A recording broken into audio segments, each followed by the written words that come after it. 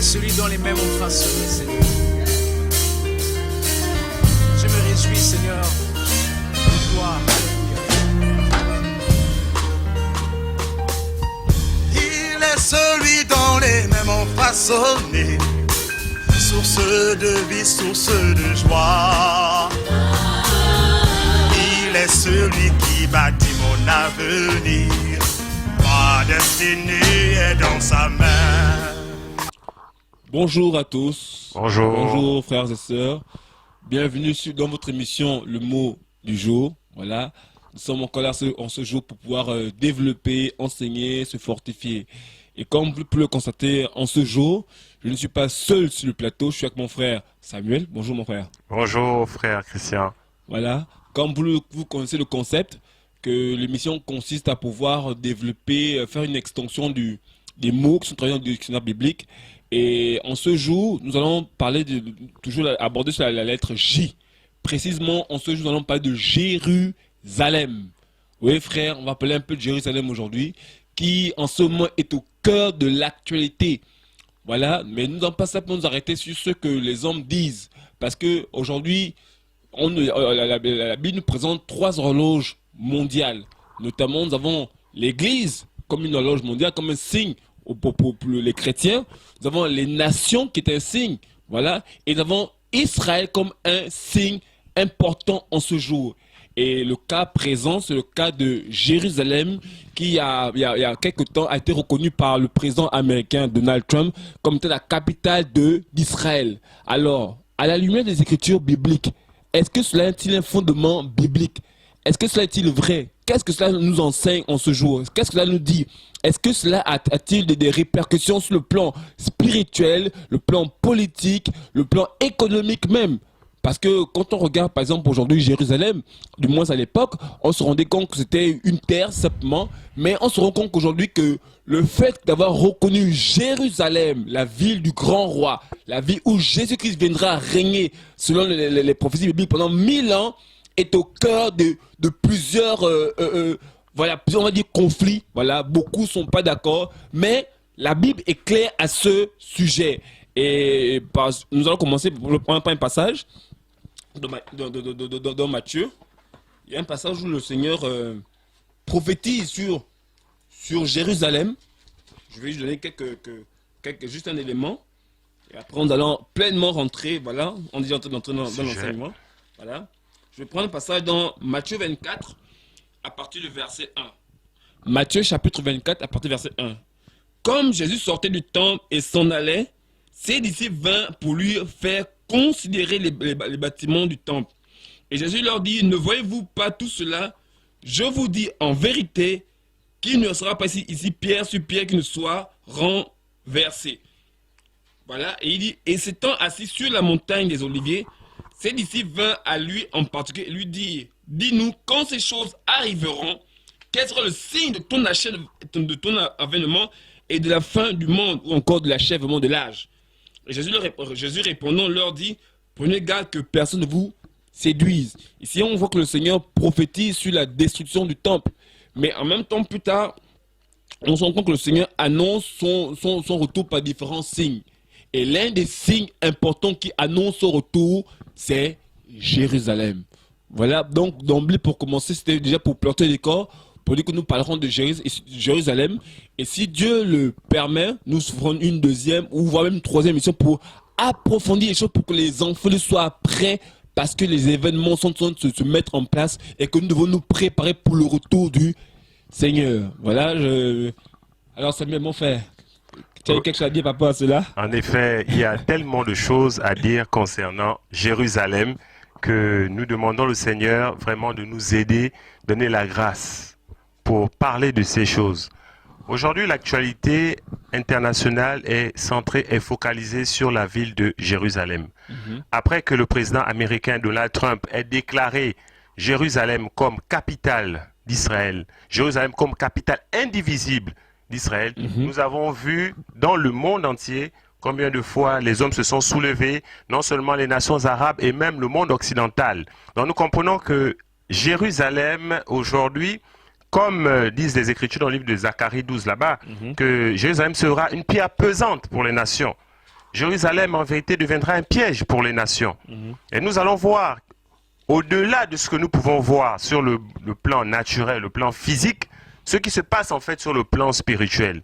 Parce qu'en fait, c'est une activité du monde des ténèbres. C'est Satan qui, dans son combat contre le créateur de l'univers, contre le Dieu Yahweh, le Dieu des armées, le véritable Jésus-Christ de Nazareth, Alléluia. qui veut s'accaparer Jérusalem pour réclamer sa possession sur la terre, pour se faire adorer à Jérusalem. Parce que le désir secret de Lucifer, de Satan, le diable, le prince du monde des ténèbres, le prince de ce monde, le Dieu de ce siècle, a toujours été de se faire adorer. Il a commencé à le manifester dans le ciel, où il fut chassé, et depuis qu'il a trompé l'homme, il amène l'homme à l'adorer. Et donc nous allons voir déjà ce que cela représente, le fait que Jérusalem soit reconnue comme la capitale indivisible. Je dis bien indivisible, parce que en effet, Jérusalem avait été divisée par les hommes. Les hommes avaient décidé que un côté, donc le côté ouest, appartienne à Israël, le côté est appartienne aux Palestiniens. Or, ce n'est pas ce que la Bible nous déclare. Nous allons déjà, comme ça, rentrer de plein fouet en prenant les Écritures dans le livre de Psaume 122, à partir du verset 3. Psaume 122, je vais te dire dans la lecture. Oui. Psaume 122. Que Dieu nous aide, frère. Psaume 122, verset 1, 2 à 3. Hein. Oui, à partir du verset 3, oui. Ou même à partir du verset 1, Psaume 122, verset 1 à 3. Psaume 122, à partir du verset 1. Cantique de Malotte, de David. Je me réjouis lorsqu'on me dit, allons à la maison de Yahweh. Nos pieds s'arrêtent sur tes portes, ô Jérusalem. Jérusalem. Jérusalem qui est bâtie comme une ville aux édifices pressés. C'est là que montent les tribus de Yahweh. On peut s'arrêter là. D'accord. La version, l'une des meilleures versions, l'un des meilleurs rendus dit Jérusalem est bâtie comme une ville dont les parties sont unies ensemble. Voici le meilleur rendu de cette version, de ce verset. Psaume 122, verset 3 dit Jérusalem est bâtie comme une ville dont les parties sont unies ensemble. Jérusalem, je le répète. Voilà ce que Dieu dit concernant la ville de Jérusalem. Que c'est une ville qui est bâtie, elle est bâtie comme une ville dont les parties sont unies ensemble. Mais les hommes disent que Jérusalem a un côté ouest qui appartient à Israël et un côté est qui appartient à la Palestine. Mais ce n'est pas ce que les Écritures nous enseignent. Les Écritures nous enseignent que la ville de Jérusalem est une ville dont les parties sont unies ensemble. Mais les hommes, voyez-vous, veulent diviser cette ville. Et ce n'est pas la pensée de Dieu, ce n'est pas la volonté de Dieu qui est transcrite dans sa parole. Et ça, nous tenons à le dire. Parce que les hommes se liguent contre la parole de Dieu. Des hommes veulent combattre Dieu et par leurs œuvres, par leurs manigances, inspirées par Satan, voyez-vous, amènent beaucoup de choses contraires à la parole de Dieu. Et c'est la rébellion de Lucifer, la rébellion des hommes. Et nous allons voir que alors que les hommes disent que Jérusalem est une ville donc, qui doit avoir un côté ouest qui appartient à Israël, un côté est qui appartient à la Palestine, voilà que le président américain vient et dit non. Jérusalem est une ville qui est indivisible, elle appartient totalement à Israël. Et tout de suite, les nations se soulèvent. Les nations se soulèvent. Mais qu'est-ce qui se passe? Mais nous savons que la restauration de Jérusalem, le rétablissement de Jérusalem est un élément déclencheur pour le retour du Seigneur, est un élément catalyseur dans les prophéties qui vont amener le Seigneur à paraître aux yeux des hommes. Voilà pourquoi nous croyons que le fait que maintenant l'actualité soit centrée sur Jérusalem est un signe du retour visible de Jésus-Christ de Nazareth. Et nous allons prendre un psaume qui confirme ce que je dis. Dans le psaume 102, à partir du verset 17, je vais le lire dans ma version. Le psaume 102, verset 17, nous disons que le rétablissement, la restauration de Jérusalem va déclencher dans les événements qui vont sur les événements apocalyptiques, eschatologiques, le retour du Seigneur Jésus, les prophéties de la fin. Le psaume 102, verset 17 dit « Quand le Seigneur reconstruira Jérusalem, il se montrera dans sa gloire. » Le psaume 102, verset 17 dit « Quand le Seigneur reconstruira Jérusalem, il se montrera dans sa gloire. » D'autres versions disent « Quand le Seigneur aura rebâti Sion, ou encore Jérusalem, il paraîtra dans sa gloire. » Donc ici, paraître, c'est parousie. C'est la parution, c'est son apparition. Ici, on dit « se montrera ».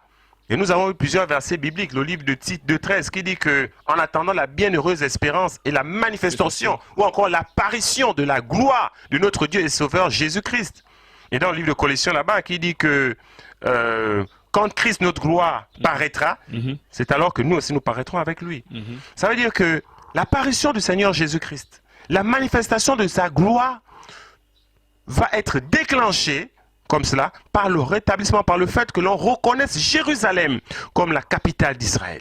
Donc c'est un élément déclencheur. Donc c'est un élément en fait déclencheur, parce qu'à partir de là, il y aura plusieurs événements prophétiques qui vont découler du retour visible de Jérusalem. Parce qu'en effet, le point culminant de toute chose, la fin des fins, s'achèvera à Jérusalem, nous le savons, dans la grande bataille de l'Armageddon sur la vallée de Megiddo. Megiddo, la vallée de l'Armageddon. Alors, nous voulons déjà savoir, comprendre ce qui se passe. Pourquoi Jérusalem est au centre de l'actualité? Pourquoi Satan réclame Jérusalem? Mais vous allez voir que c'est parce que le diable lutte contre Dieu, Dieu qui est Jésus-Christ. Alors, nous voyons déjà que les prétentions des Juifs envers Jérusalem sont vieilles de plus de 3000 ans. Alors que les Juifs étaient toujours dans les pays étrangers, Dieu leur a dit qu'il allait nommer un endroit pour qu'ils puissent l'adorer après leur entrée dans la terre promise. Nous allons lire Deutéronome 12, verset 5. Deutéronome, chapitre 12, verset 5. Donc, Dieu avait déjà dit, dans les Saintes Écritures, depuis la loi mosaïque, dans les Pentateuques, les 5 premiers livres de la loi, la Torah qui a été écrite par Moïse, dans le livre de Deutéronome 12, verset 5, nos frères va lire. Voilà. Alors, Deutéronome, chapitre 12, verset 5, la Bible dit « Mais vous rechercherez sa demeure, au lieu que Yahweh, votre Dieu, aura choisi dans toutes les tribus pour y mettre son nom, et c'est là que tu iras. » Donc, vous voyez que Dieu lui-même avait dit que vous recherchez un endroit où Yahweh Dieu fera résider son nom. Mais à cette époque, il n'avait pas encore choisi Jérusalem. Jérusalem n'avait pas encore été choisi, mais depuis Dieu avait dit, lorsque vous entrerez dans la terre promise, la terre que l'Éternel, votre Dieu, vous donnera, alors vous rechercherez un endroit où son nom y résidera. Et donc nous avons vu dans Deutéronome 12, mais Dieu n'a pas choisi Jérusalem pour être cet endroit avant que David ne devienne le roi plusieurs centaines d'années plus tard. Donc ça veut dire qu'à l'origine, dans le livre de Deutéronome, le nom de Jérusalem n'était pas encore cité.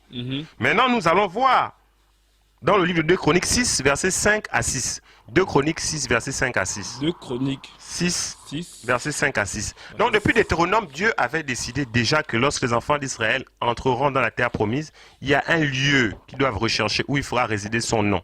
Mais dans le livre de Deutéronome 6, 5 à 6, au temps où David était roi, voilà ce que Dieu va dire. La Bible dit dans 2 Chroniques, chapitre 6, à partir de 5 à 6, et j'exhorte aux frères et sœurs à prendre des notes. Voilà. Depuis le jour où je vais faire sortir mon peuple du pays d'Égypte. Depuis le jour où j'ai fait sortir mon peuple du pays d'Égypte, je n'ai point choisi de ville entre toutes les tribus d'Israël pour y bâtir une maison. Avec mon nom, y fut. Je n'ai point choisi d'homme pour être chef de mon peuple d'Israël. Mais j'ai choisi Jérusalem pour que mon nom y fût. Et j'ai choisi David pour qu'il régnât sur mon peuple d'Israël. Alléluia. Nous bénissons Dieu pour la parole. La parole de Dieu, vous voyez, dans ces temps de la fin, est une lampe. Comme disait Pierre. Pierre disait que ce n'est pas par... ce n'est une prophétie particulière. Une interprétation particulière. Que les hommes parlent la part de Dieu, mais c'est poussé par le Saint-Esprit. Et il va dire aussi que nous tenons pour de temps plus certaine la parole prophétique à laquelle vous faites allusion. Vous ferez mieux de prêter attention. Comme une lampe qui brille dans un lieu obscur jusqu'à ce que la lumière paraisse dans nos cœurs. C'est-à-dire que la parole prophétique vient nous éclairer dans ces temps de la fin. Amen. Alors que les manigances des hommes se font, alors que la confusion est grande, au travers de la parole prophétique, nous pouvons savoir ce qui se passe réellement. Qu'est-ce qui se passe à Jérusalem? Mais nous savons ce qui se passe. C'est Dieu lui-même qui a dit dans le livre de 2 Chroniques 6, versets 5 à 6, « Depuis le jour où j'ai fait sortir mon peuple du pays d'Égypte, je n'ai point choisi de ville parmi toutes les tribus d'Israël, pour qu'il fût bâti une maison où résida mon nom. Et je n'ai point choisi d'homme pour qu'il fût chef de mon peuple d'Israël. Mais j'ai choisi Jérusalem pour que mon nom y résida. Donc Jérusalem est la ville que Dieu a choisie pour que son nom y réside. Amen. Et j'ai choisi David pour qu'il régnât sur mon peuple Israël. Et nous savons que David, par extension, c'est le Messie. Jésus-Christ de Nazareth, fils de David. Alors, il faudrait que l'on revienne parce que des gens se lient contre Jérusalem. Pourquoi? Parce qu'ils savent que c'est la ville que Dieu a choisie sur la terre pour que son nom y réside. Et nous voyons donc que les hommes se lient contre Dieu, ils se lient contre la parole de Dieu et ils sont inspirés par Satan. Et nous sommes au point culminant de la fin des temps. Et ces choses se dérouleront à Jérusalem. Et maintenant, nous allons voir plusieurs passages bibliques qui confirment que Dieu a décidé que Jérusalem soit la ville où son nom y réside. Donc nous allons comme cela prendre déjà le livre des psaumes 48, verset 2. Déjà Matthieu 5, 35, les évangiles nous le disent. Matthieu 5, 35, nous allons lire. Matthieu 5, 35. Oui. Matthieu chapitre 5, verset 35. Oui. Ni par le... Je vais me prendre verset 34 même. Verset précédent, oui. Mais moi je vous dis, ne jurez point du tout, ni par le ciel, casse le trône de Dieu, ni par la terre, casse le marchepied de ses pieds, ni par Jérusalem, casse la ville du grand roi. Alléluia. Alléluia. Donc, Jésus va parler, il va dire de ne point jurer par Jérusalem parce que c'est la ville du grand roi. Le grand roi, c'est Yahweh, c'est le créateur de l'univers, c'est Jésus-Christ, le roi des rois, le Alléluia. Seigneur des seigneurs. Alléluia. Le nom qui a été élevé afin que, au-dessus de tout nom, que tout nom, ce nom est élevé au-dessus de tout nom. Des rois des nations, des noms, des rois qui ont régné à l'époque, Nebuchadnezzar, Xerxès, Arsuris et tous les autres. Les noms de ces temps. Le nom de Jésus est élevé au-dessus de ces noms. Nous allons continuer à prendre le livre des psaumes 48 au verset 2. Je vais lire. Psaume 48, verset 2. Cantique, psaume des fils de Corée. Yahweh est grand. Il est l'objet de toutes les louanges dans la ville de notre Dieu, sur la montagne de sa sainteté. La Bible dit dans le psaume 48, verset 2, on commence verset 1, Cantique, psaume des fils de Corée, verset 2, Yahweh est grand, il est l'objet de toutes les louanges dans la vie de notre Dieu, sur la montagne de sa sainteté. Verset 3, belle est la colline, joie de toute la terre, la montagne de Sion. Le côté nord, c'est la ville du grand roi. Alléluia. Amen. Verset 3 dit, belle est la colline, joie de toute la terre, la montagne de Sion. Le côté nord, c'est la ville du grand roi. La ville du grand roi, c'est Jérusalem. Nous allons continuer encore dans plusieurs passages bibliques qui nous prouvent à suffisance que Jérusalem est la ville où Dieu a choisi que son nom réside. Nous allons prendre Ézéchiel 43, verset 7. Ézéchiel 43, verset 7. Verset 7, la Bible dit, et il me dit, fils de l'homme, c'est ici le lieu de mon trône, le lieu de la plante de mes pieds, où j'établirai à jamais ma demeure parmi les enfants d'Israël. La maison d'Israël ni ses rois ne souilleront plus mon saint nom. Alléluia. Par leur prostitution, ni par les cadavres de leurs rois sur le haut lieu, sur leur haut lieu. Alléluia. Donc le frère va relire le livre de Ézéchiel 43, verset 7, qui nous parle encore de Jérusalem. Ézéchiel 43, verset 7, le frère peut relire, le frère Christian. Il me dit, fils de l'homme, Alléluia. C'est ici le lieu de mon trône. Alléluia, le lieu de son trône. Le lieu de la plante de mes pieds. Le lieu où il pose la plante de ses pieds, où ses pieds se poseront sur la montagne des Oliviers à Jérusalem, Alléluia. Lors de son retour visible. Où j'établirai à jamais ma demeure parmi les enfants d'Israël. Il établira à jamais sa demeure. Parmi les enfants d'Israël. La maison d'Israël, ni ses rois, ne souilleront plus mon saint nom par leur prostitution, ni par les cadavres de leurs rois sur leur haut lieu. Donc vous voyez que Dieu ne permet pas que l'on prenne Jérusalem, un endroit pour faire ce que l'on y veut, de l'idolâtrie, ou que les rois des nations même se liguent contre cette ville. Vous voyez? Nous allons continuer parce que nous parlons de Jérusalem. Il faudrait que vous compreniez que c'est Dieu lui-même qui a choisi Jérusalem afin que son nom puisse y résider à perpétuité. Nous allons continuer dans le livre de Jérémie 3 à partir du verset 17. Jérémie 3 à partir du verset 17. Voilà, je suis presque. À partir du verset 3. Voilà.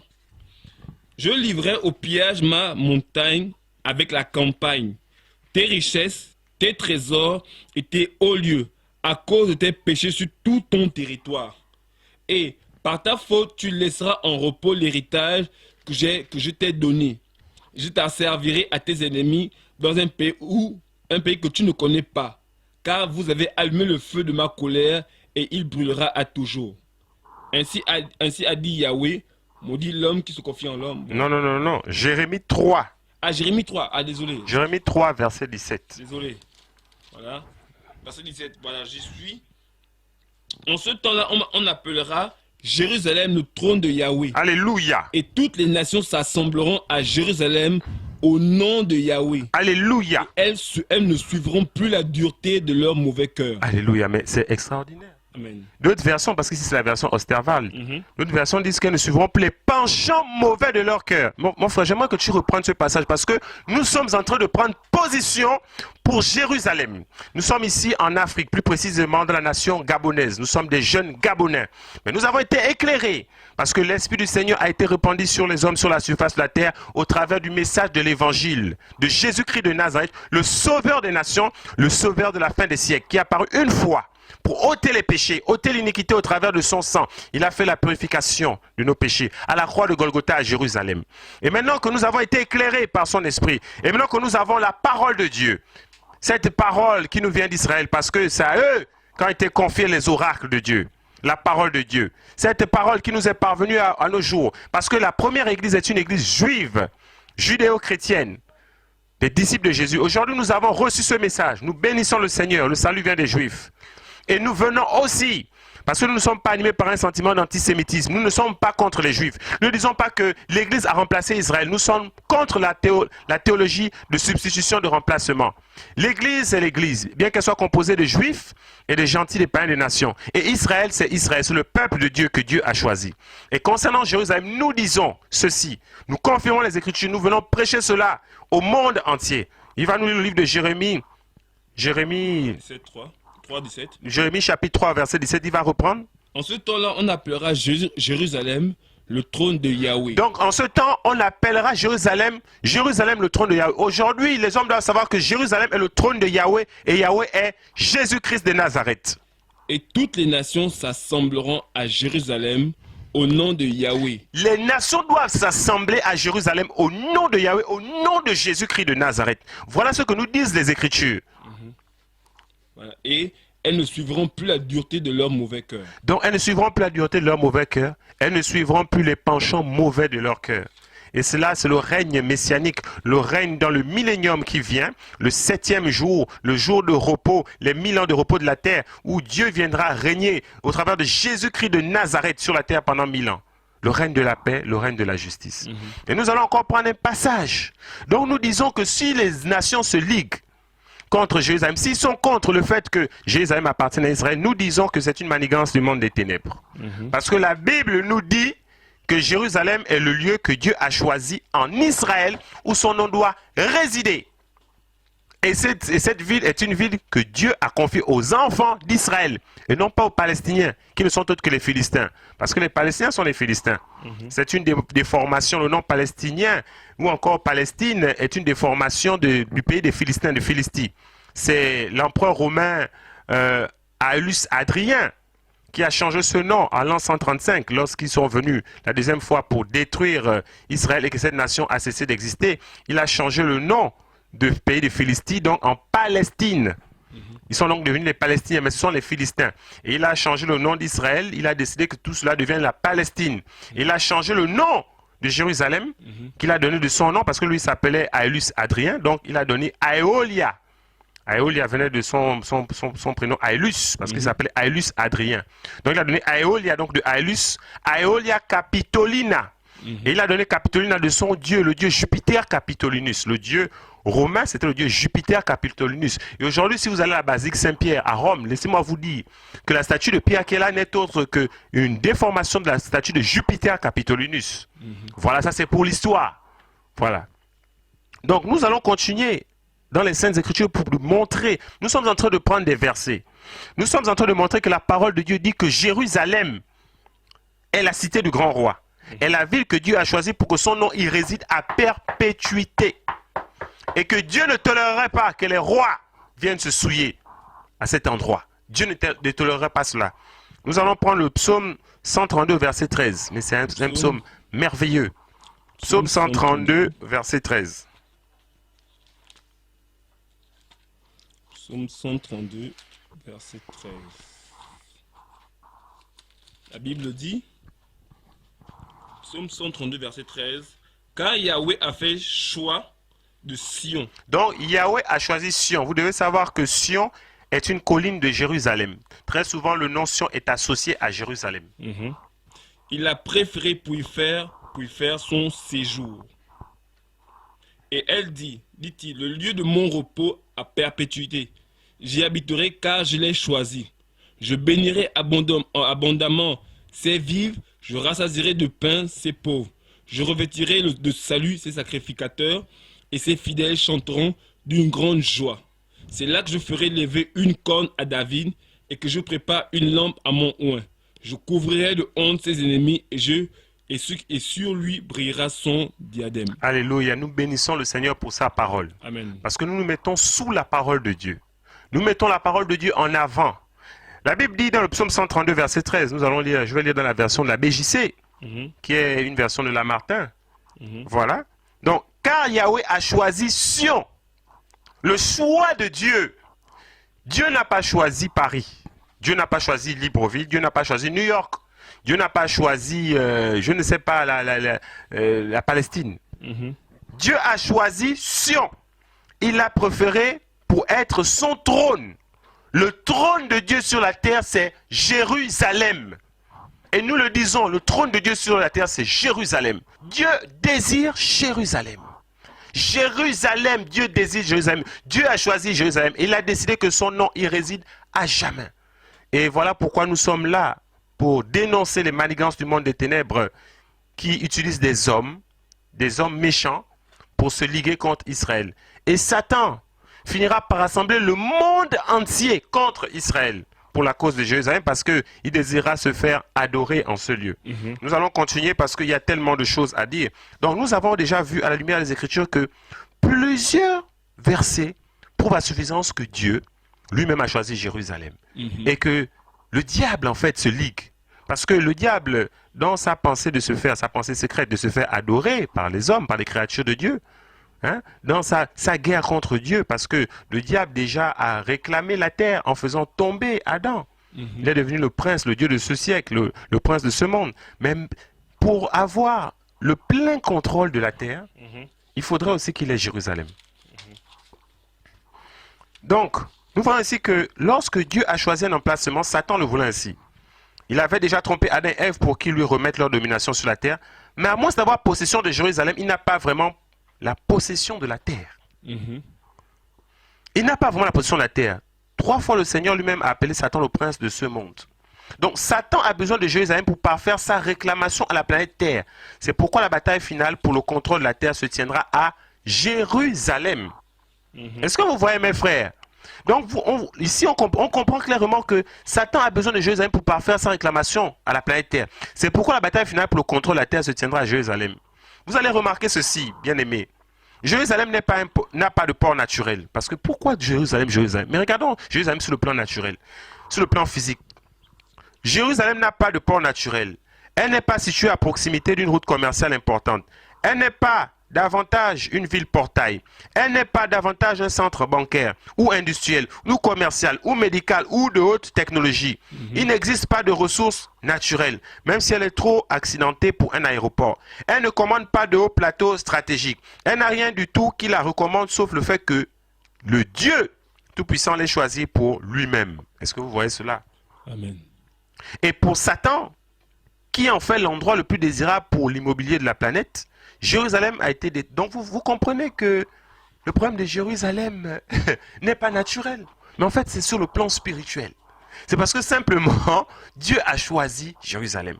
Et nous avons vu les Arabes se lever dans des pays comme l'Indonésie, qui est le pays qui compte le plus grand nombre de musulmans. Les gens se sont levés lorsque le président américain Donald Trump a déclaré que Jérusalem est la capitale indivisible et qui appartenait à Israël. Ils se sont levés, ils ont dit, comme vous avez dit cela, vous avez ouvert les portes de l'enfer. Donc nous voyons déjà au travers de telles déclarations des hommes dans les nations que les gens sont prêts pour la 3e guerre mondiale. Les gens sont prêts et nous sommes dans les temps de la fin, mon frère, ma soeur. Nous exposons nos vies en venant ici parler de ces choses. Mais parce que nous sommes dans les temps de la fin, nous n'avons plus le choix que de dire la vérité. Nous sommes la voix de ceux qui crient dans le désert. Ceux qui vont entendre, mais nous disons, nous prêchons le retour physique et imminent de Jésus-Christ de Nazareth. Et ces signes montrent que l'enlèvement de l'Église aussi est imminent. Alors nous allons voir ce que représente encore Jérusalem dans la parole de Dieu. Jérusalem, il y a tellement de choses. Il y a tellement de choses, mes amis. Parce que Jérusalem, c'est quoi Jérusalem? Mais Jérusalem, c'est l'église qui est née. L'église est née à Jérusalem. Nous allons prendre des passages où même, depuis les temps prophétiques, Dieu parle déjà de Jérusalem comme cet endroit où plusieurs des nations naîtront. Nous allons prendre le psaume 87, verset 2 à 3. Nous allons dire le plan de Dieu au travers de Jérusalem. Au travers de Jérusalem, mes amis, il y a beaucoup de mystères. Et nous reviendrons même sur le plan historique. Nous reviendrons sur ces choses. Nous aurons le temps par la grâce de Dieu. Mais nous allons parler de Jérusalem. Nous allons expliquer. C'est vrai, il y a eu des déportations. C'est vrai, la nation d'Israël a cessé d'exister en l'an 135. Et Israël est revenu à l'existence à la fin du protectorat britannique appelé Lord Balfour, le mandat Balfour, qui datait de 1917 et qui a expiré dans la nuit du 14 au 15 mai 1948. C'est alors que Israël est revenu à l'existence. Et donc, dès qu'Israël est revenu à l'existence, 4 nations arabes se sont liguées, se sont coalisées pour attaquer Israël. Et c'est ainsi que lorsque les enfants d'Israël ont repoussé l'ennemi aux portes de leurs frontières, ils ont récupéré la partie ouest occidentale de Jérusalem. Mais par la suite, 19 ans plus tard, plus précisément en 1967, emmené par le général Moshe Dayan dans la guerre des 6 jours, une guerre préventive face à l'attaque imminente de l'Égypte, les Juifs vont récupérer la partie orientale, donc Jérusalem-Est. Donc nous allons voir toutes ces choses, nous aurons une partie historique où nous allons expliquer ces choses.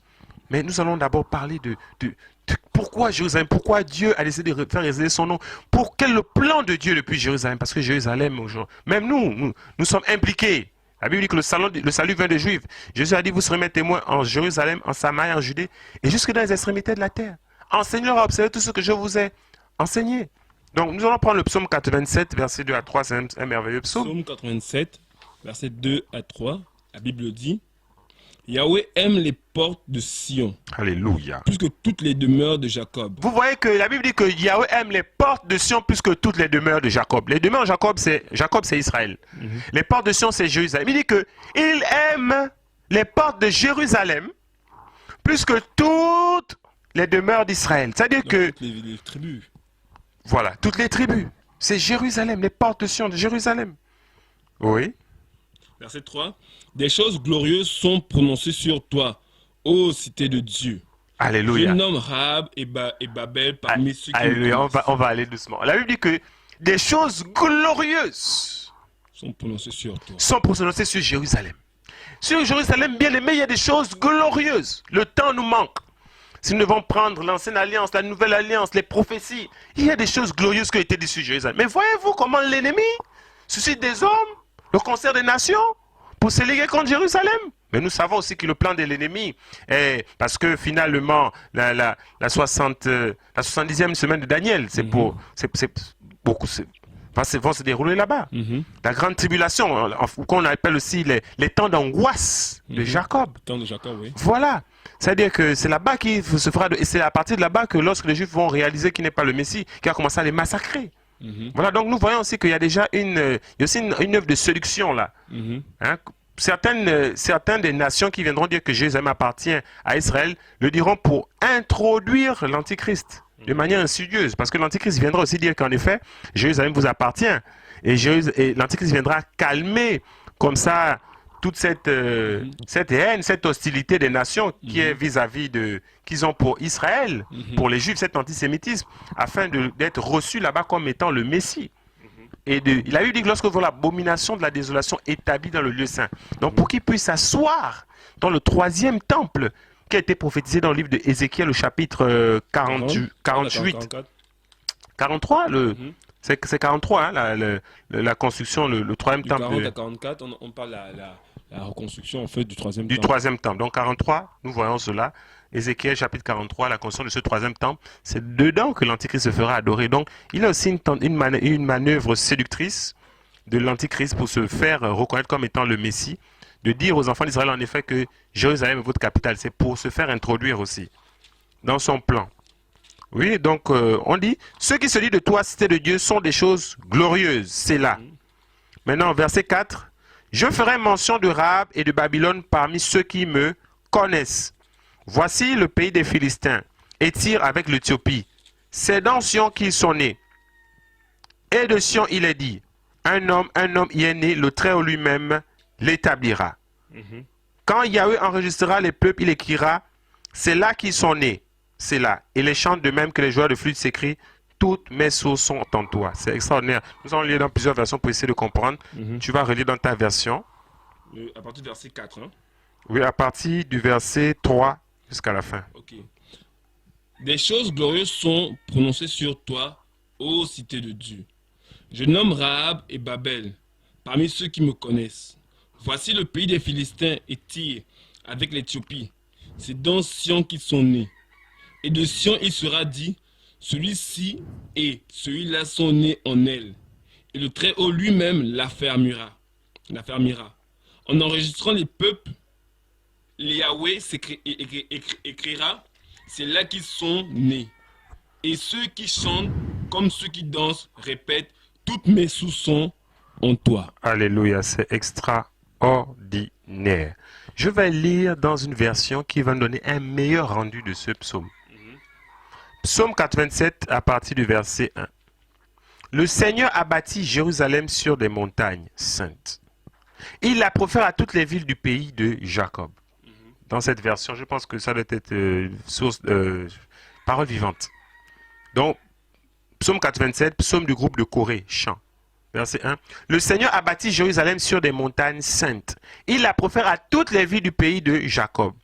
Il parle de ta gloire, ville de Dieu. Le Seigneur dit en effet, parmi ceux qui me connaissent, voici les habitants d'Égypte et de Babylone, de Philistie, Philistie qui va devenir la Palestine, comme nous avons dit, de Tyr et d'Éthiopie. C'est là-bas qu'ils sont nés. Mais voilà ce qu'il va dire à partir du verset 5. Mais de Jérusalem, on doit dire. Mais de Jérusalem, on doit dire, tous les habitants du monde sont nés dans cette ville, le Dieu Très-Haut lui-même l'a bâtie. Mais mes amis, pourquoi on va dire que tous les habitants du monde sont nés à Jérusalem? Mais c'est la naissance de l'Église. Alléluia. Alléluia. Dans Actes des Apôtres chapitre 2, il nous dit que ce jour-là, il y avait des hommes de toutes les nations, Parthes, Mèdes, Élamites et bien d'autres étaient venus à Jérusalem le jour de la fête des moissons, Shavuot, la fête de la Pentecôte. Et là, il va se faire entendre comme un bruit, un tremblement de terre. Et alors que les disciples, au nombre de 120, étaient dans la chambre haute, des langues semblables à des langues de feu vont se poser chacune sur leur tête. Et Pierre, le premier, va se mettre à prêcher l'évangile. Et là, 3000 personnes vont se convertir à la foi en Christ Jésus. L'Église va naître, la foi judéo-chrétienne. Et là, les nations étaient représentées. Et c'est là que nous sommes nés. Et c'est là que nous, les branches de l'olivier sauvage, avons été greffées à l'olivier franc. Donc, le salut vient des Juifs. Nous sommes tous nés à Jérusalem. Alléluia. Voilà pourquoi nous, petits Gabonais que nous sommes, nous prenons position. Nous prenons position pour la vie de Jérusalem. Il dit au verset 5, mais de Jérusalem, on doit dire, tous les habitants du monde sont nés dans cette ville. Le Très-Haut lui-même l'a bâti. Alléluia, alléluia, alléluia. Quand le Seigneur compte les peuples, quand le Seigneur, on dit, quand il les compte ici, on dit, il écrit sur son livre pour chacun né à Jérusalem. C'est extraordinaire, c'est extraordinaire.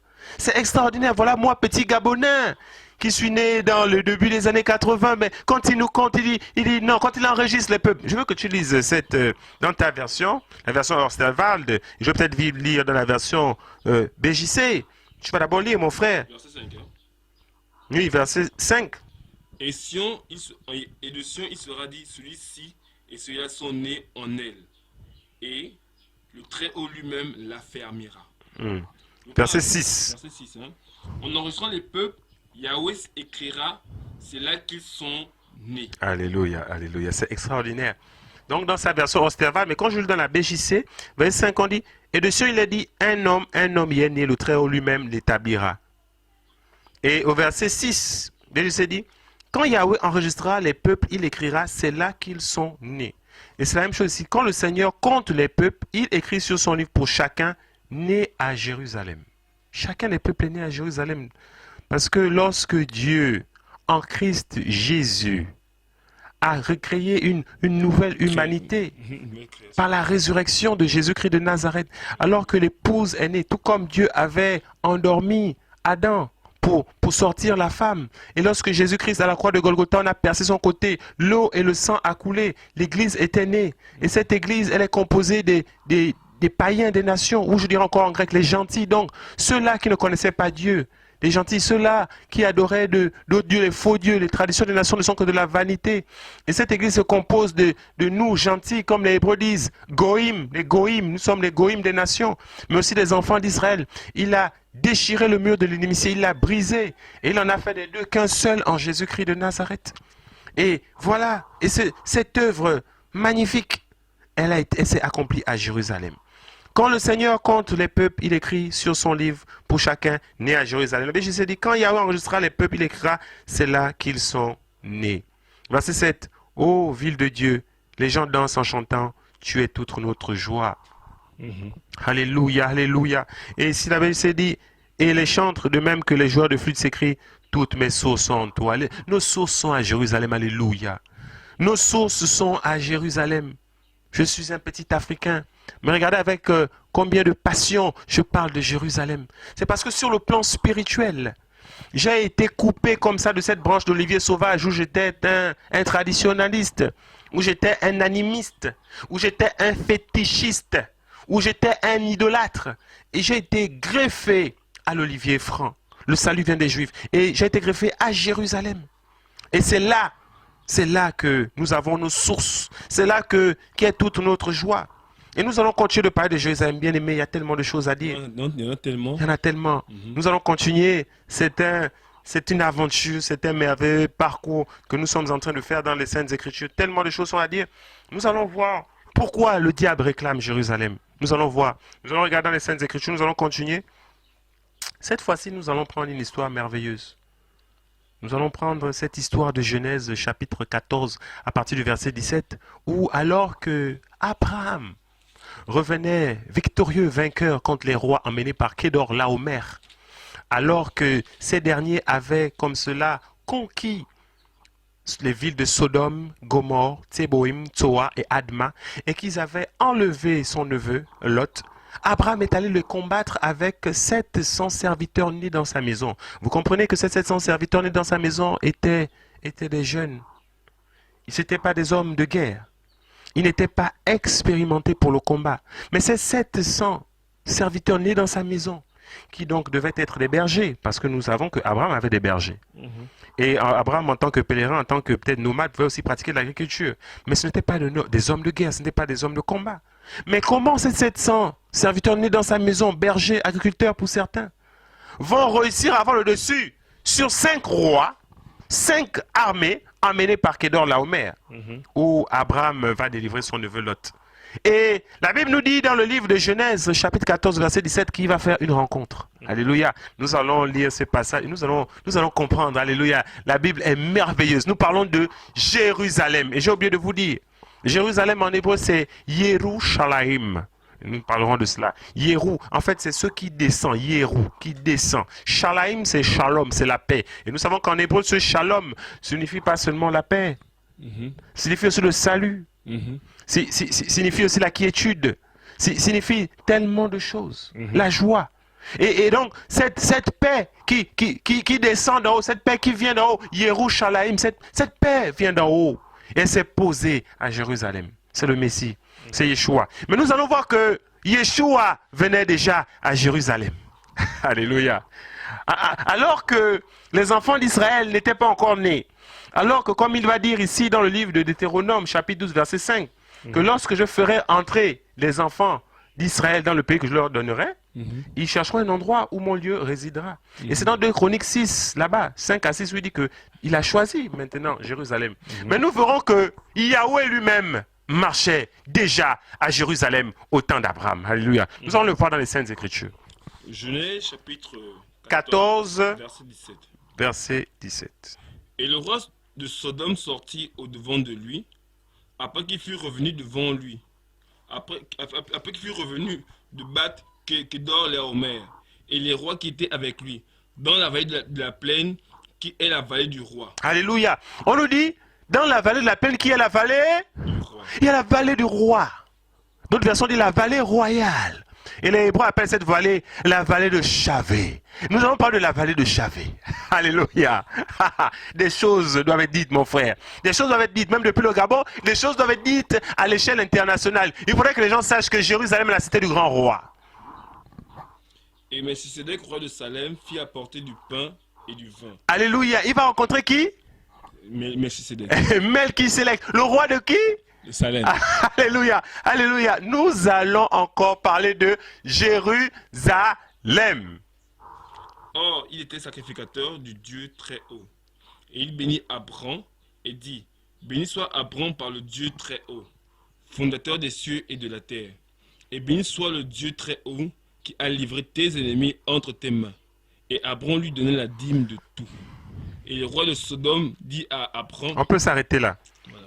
Bien-aimés, je crois que même mes commentaires ne vous apporteront rien de plus comme éclairage. Tout a été dit. Donc, au chapitre, dans le livre de la Genèse, donc Abraham avait fait une rencontre à un endroit particulier de la terre. La Bible dit que c'était dans la vallée royale, dans la vallée du grand roi. Mais quelle est cette vallée royale? Nous savons que les Hébreux appellent cette vallée la vallée de Chavé. Et nous, on nous dit que dans la vallée du roi, il va rencontrer qui? Melchisédek. Roi de Salem. Roi de Salem. Roi de paix. Roi de la paix. Donc, roi de la vallée royale. Cette vallée royale, parce que Salem, c'est qui? C'est le roi de Salem. Mais ce Melchisédek nous vient d'en haut. N'est-ce pas que l'auteur anonyme de l'épître éponyme aux Hébreux nous parle de ce dernier. Donc, je vais d'abord revenir dans peut-être ma version pour avoir quelques éclairages quant à ce qui va se produire, ce qui va se passer. Bien aimé, c'est extraordinaire, c'est très intéressant. Genèse chapitre 14, au verset 17, la Bible dit, et le roi de Sodome sortit à la rencontre d'Abraham, qui revenait vainqueur de Kédor-Laomer, et les rois qui étaient avec lui dans la vallée de la plaine, qui est la vallée royale. Donc nous comprenons que cette victoire s'est déroulée sur la vallée royale. Les rois des nations subiront un échec écrasant sur la vallée royale. Alléluia. Mais ces choses n'ont pas été dites dans Zacharie chapitre 12, que Dieu lui-même, Yahweh, fera de Jérusalem une pierre pesante pour toutes les nations. Mais Kédor-Laomer et les autres déjà avaient subi un échec cuisant. Une défaite déjà dans cette vallée. Donc vous voyez que, bien aimé, il n'y a rien de nouveau sous le soleil. Et des rois qui étaient avec lui dans la vallée de la plaine, qui est la vallée royale. Melchisédek, roi de Salem, fit apporter du pain et du vin. Or, il était prêtre du Dieu très haut. Il était le prêtre du Dieu très haut. Nous savons que Melchisédek n'est autre qu'une apparition. Une théophanie de Jésus-Christ. Une théophanie de Jésus-Christ extraordinaire. Donc, Jésus-Christ avait rencontré Abraham. Voilà pourquoi lorsque Jésus va dire, avant qu'Abraham ne fût, je suis. Et Abraham était dans la joie lorsqu'il vit mon jour. Et les Juifs, les pharisiens vont dire, mais comment ça, tu n'as pas encore 50 ans, tu dis que tu as vu Abraham? Il dit, avant qu'Abraham fût, moi je suis, je fus. C'est-à-dire que c'est là. Voilà où Abraham avait rencontré Jésus-Christ. C'est là, mes amis bien-aimés. Il avait rencontré Jésus à Jérusalem. Et pourquoi vous, les méchants, les païens des nations, vous liguez contre cette ville?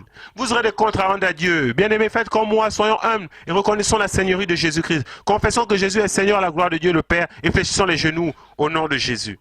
Et on dit qu'il fit apporter du vin et du pain. Or, il était près du Dieu très haut et il bénit Abraham. La Bible dit qu'en effet, c'est sans contredire le supérieur qui bénit l'inférieur.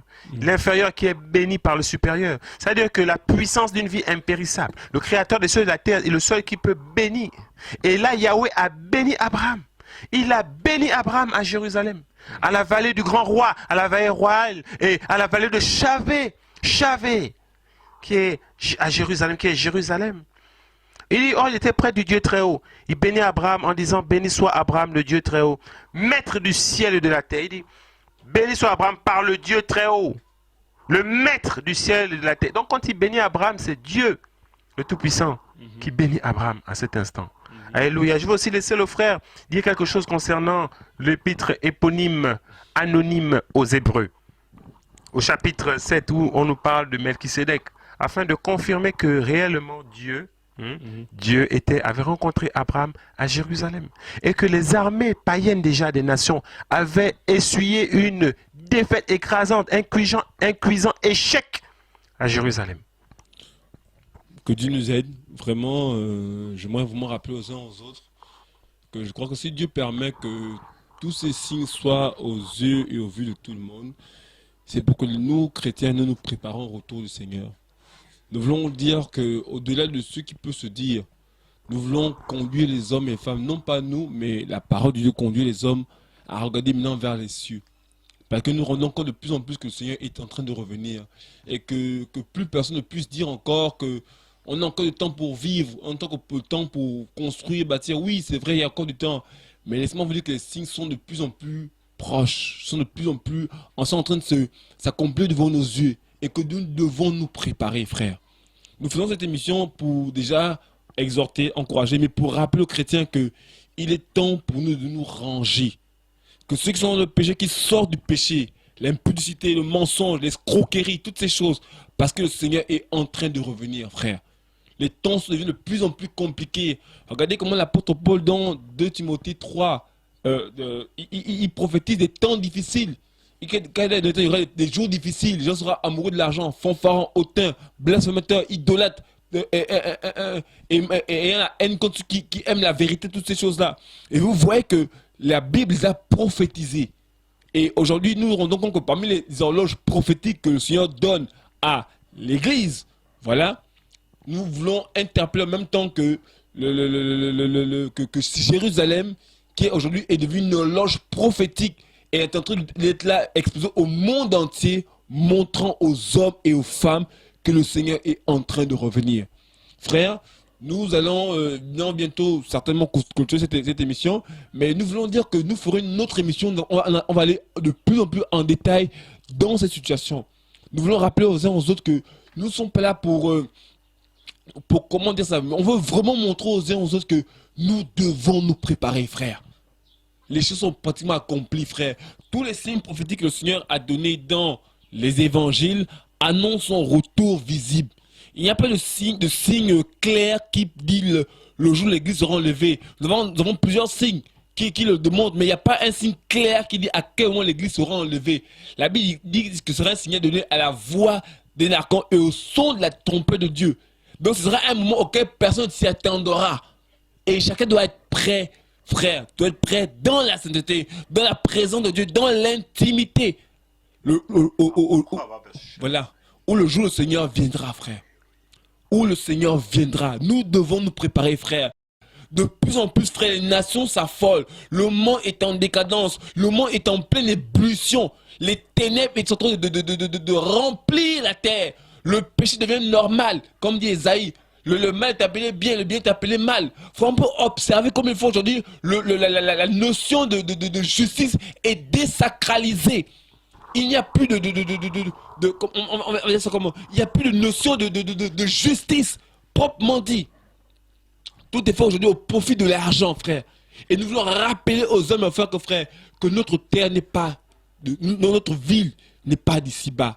La Bible nous parle de la nouvelle Jérusalem. Alléluia. La nouvelle Jérusalem, frère. Celle d'en haut, celle que nous attendons, frère. Elle est libre. La Bible nous enseigne qu'au jour de la trompette de Dieu, nous monterons, frère, aller à la rencontre du Seigneur, frère. Et cette ville, selon Apocalypse chapitre 21, nous est promis que nous allons y entrer et y demeurer pour l'éternité, frère. Voilà pourquoi nous devons tous, frère, se préparer pour ce grand jour, frère. Aucun roi, aucun président, aucune star, aucun footballeur ne peut organiser un événement comme ce qui est réservé dans le royaume des cieux, frère. Le roi de l'univers lui-même va préparer un événement marquant pour ses enfants qui auront persévéré dans la foi chrétienne, frère. Frère, les temps sont compliqués. Frère, je voudrais vraiment encourager en même temps les frères et sœurs pour leur dire que, au-delà des souffrances que les uns et les autres peuvent vivre, que les combats que les gens peuvent vivre, frère, gardons notre espérance. Cette espérance jusqu'au dernier jour, frère. Gardons l'espérance, frère, d'être enlevés un jour. Sanctifions-nous, mettons-nous à part, fuyons le péché, dénonçons les œuvres des ténèbres, frère. Le Seigneur revient. Jésus-Christ est en train de revenir, frère. Frère, donc bientôt, nous allons rentrer à la maison, frère. Alléluia. Nous devons nous préparer, frère. Les temps sont difficiles. Les choses viennent de plus en plus mal. Le système impie est en train de se mettre en place, frère. Frère, nous devons nous préparer, nous devons rentrer à la maison, frère. Préparons nos frères et sœurs. Nous ne sommes pas parfaits. Dieu nous connaît. Mais nous nous perfectionnons en Christ. Frère, ceux qui ont péché, qui se repentent et qui avancent. Que ceux qui prêchent continuent de prêcher. Que ceux qui se sanctifient continuent de se sanctifier, frère. Les temps sont mauvais. Ceux qui ont été blessés, qui pardonnent, frère. Ne gardons rien dans nos cœurs, je nous en supplie. Que nos cœurs soient purs. Que le cœur, la Bible déclare que heureux ceux qui ont le cœur pur. Car ils verront Dieu. Il faut qu'on ait le cœur pur en ces temps de la fin, frère. En toutes choses, frère. Nous devons apprendre à bénir, à aimer, à pardonner, frère. Frère, Jésus est en train de revenir. Frère, préparons-nous. Il viendra un moment auquel personne ne s'y attendra. La Bible, je vais prendre des passages comme on est en train de terminer. Voilà. Dans Matthieu chapitre 24, à partir du verset 36. C'est ce que le Seigneur Jésus-Christ lui-même dit. Voilà. La Bible dit, pour ce qui est de jour et de l'heure, personne ne le sait. Non pas même les anges du ciel, mais mon Père seul. Mais comme il en était au jour de Noé, il en sera de même à l'avènement du Fils de l'homme. Car de même, au jour le jour d'avant le déluge, les gens mangeaient, buvaient, se mariaient, donnaient en mariage, jusqu'au jour où Noé entra dans l'arche. Et qu'il ne connut rien jusqu'à ce que le déluge vint et emporta tous. Il en sera de même à l'avènement du Fils de l'homme. Vous voyez que Jésus annonce que, avant son retour, les gens seront dans... En fait, ce sera la vie normale. Les gens se marieront, mangeront, bâtiront des maisons. Et vous voyez que l'homme n'aura pas le souci du retour du Seigneur. Et c'est ce qu'on observe aujourd'hui. Beaucoup n'ont pas le souci que le Seigneur revient. Lorsque l'on prêche l'évangile, beaucoup se moquent. Beaucoup nous rient au nez. Beaucoup disent beaucoup de choses. Disant que ce Seigneur a parlé. Mais où est-il aujourd'hui? Comme Pierre l'évoque dans sa deuxième épître. Frère, laissez-moi vous encourager un peu, frère. Que Dieu nous encourage, frère. Que, frère, même ces hommes se moquent, frère. Ce n'est pas d'aujourd'hui, frère. Ça, Noé lui-même a vécu de telles choses. Vous imaginez, Noé, à son époque, à l'époque où il y avait peu de pluie, mais il annonce qu'il y aura un déluge qui va s'abattre sur la terre, frère. J'imagine que les hommes de son époque ont dû lui rire au nez. On dû se moquer de lui. Mais pourtant, les choses se sont accomplies, frère. Les choses ont vraiment eu lieu, frère. Le déluge est arrivé. Et Noé et ses enfants, sa femme, sont entrés dans l'arche. Ils ont été épargnés du jugement, frère. C'est comme en ce moment, frère, nous prêchons l'évangile. Beaucoup se rient, beaucoup se moquent, beaucoup refusent, beaucoup sont incrédules, frère. Mais à un moment, frère, Dieu va enlever son église. Dieu va enlever l'église. Et le jugement que Dieu, dont le Seigneur parle dans Apocalypse chapitre 16, va s'abattre sur les nations, sur le monde, frère. Les ténèbres, frère, seront épaisses à cette époque-là. Le mal sera devenu terrible, terrible, frère. Frère, je ne peux pas imaginer le niveau de cruauté à ce moment précis. Frère, je nous exhorte, frère, ne ratons pas ce moment, frère. Sanctifions-nous. Mettons-nous à part, fuyons le péché, frère, préparons-nous, frère. Donc c'était vraiment pour nous encourager déjà sur une première partie, genre concernant Jérusalem, qui aujourd'hui a été reconnue comme la capitale d'Israël, et elle est au cœur des prophéties bibliques. Et que ce signe marquant est pour annoncer aux enfants de Dieu dans le monde entier que préparons-nous, car le Seigneur revient. Permettez-moi, on finit par là, je vais lire un passage qui me revenait. C'était juste dire que voilà. C'est le président américain qui a reconnu Jérusalem comme la capitale indivisible d'Israël à cause de son droit de veto, à cause du droit de veto des États-Unis aux Nations Unies.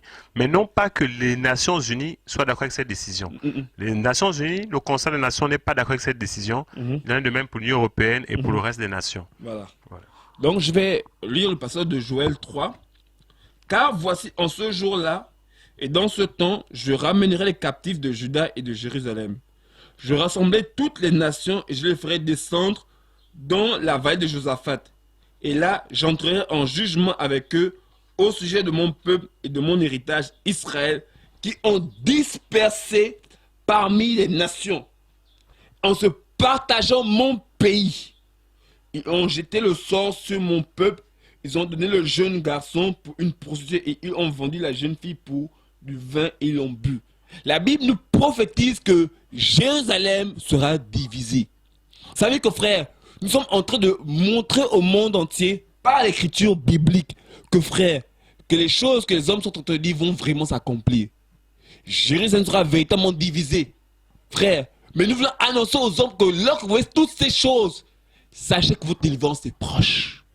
Frère, préparons-nous. Nous allons rentrer à la maison, frère. Nous allons rentrer à la maison. Nous allons passer du temps avec notre Seigneur pour que nous avons tellement désiré, que nous n'avons pas vu de nos yeux, vu de notre chair, mais par l'esprit, par la foi, nous le croyons. Et cette prophétie va s'accomplir. Et nous voulons vraiment exalter que cet événement que Dieu a permis que les nations le sachent, du moins je veux dire l'Église et le monde entier, c'est pour annoncer aux enfants de Dieu dans le monde entier que le Seigneur est en train de revenir et que nous devons nous y préparer. Voilà, donc c'était cette première partie que nous faisons sur cette émission sur Jérusalem et que nous voulons vraiment encourager les uns les autres à se sanctifier et que nous ferons une seconde émission où nous allons davantage entrer sur le plan historique par rapport à Jérusalem, venir vraiment depuis voilà, l'origine et expliquer pourquoi les choses en sont ainsi et quelles sont je veux dire plutôt les conséquences en fait de ces événements qui sont en train d'avoir lieu en ce moment. Voilà, donc j'étais là avec mon frère pour vous dire et que Dieu nous bénisse, que Dieu nous encourage et que Dieu nous fortifie. Que Jésus-Christ vous bénisse. Amen. Amen. Que Dieu soit béni.